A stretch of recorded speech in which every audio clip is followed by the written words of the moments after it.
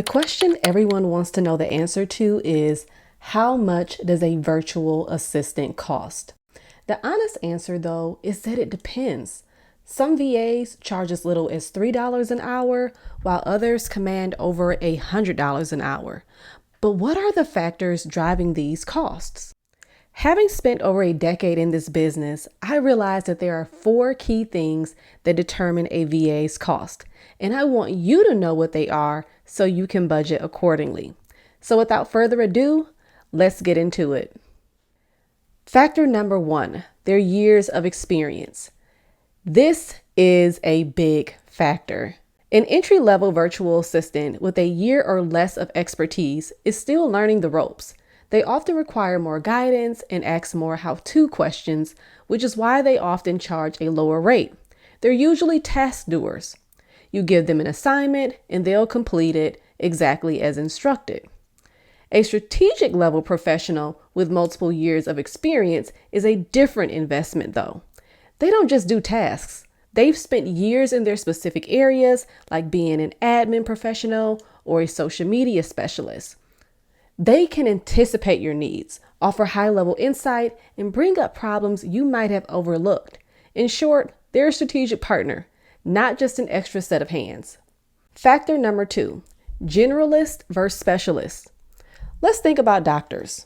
A primary care physician is a generalist, highly knowledgeable and essential.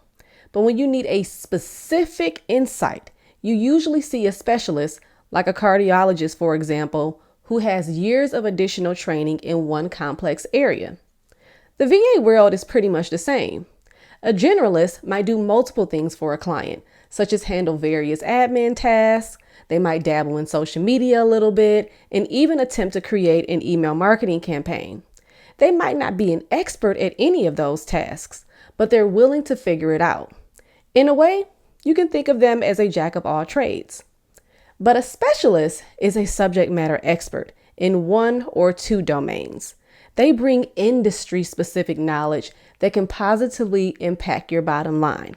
So if you hire one, they'll likely focus on one thing. For example, if you're hiring a social media specialist, they probably wouldn't do admin work. So just as a specialist doctor commands a higher fee, a specialist VA would command a higher rate as well.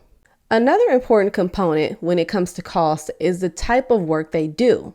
An expert in digital marketing would typically cost more than an administrative specialist, and a technical VA with skills in web development would often be at the top of the pay scale. So keep that in mind. So when you see drastically different rates, it might be due to the task type. Factor number 3, location. Location plays a significant role as well, mainly due to the cost of living. VAs in countries with a lower cost of living, like the Philippines, may charge a lower rate than those in Western countries. In the US, for example, we have higher rent, healthcare, and daily expenses, and that's going to be reflected in a higher hourly rate. While advantageous, a lower rate may come with potential drawbacks, like a significant time zone difference or communication barriers. So that's another thing you want to keep in mind when you're trying to factor in or look at how much am I willing to pay. Factor number 4, the hiring model. How you hire impacts cost and effort too. You can either hire a virtual assistant directly or work with an agency. Hiring directly can be more affordable, but you'll often have more responsibilities, like searching, vetting, and managing the assistants. This process can be very overwhelming and leaves you with no built-in backup. When you work with a virtual support agency, though, they'll be able to handle the entire process. For instance, we take on the vetting, so you're not left with what ifs, and you gain access to a bench of additional talent, allowing you to scale more quickly and with more certainty. So, how much does a virtual assistant cost? The short answer is whatever you need them to cost. Instead of asking, how much does a VA cost? Ask yourself, what is my time worth and what do I need to outsource to get it back? Do I need a highly experienced professional or a task doer?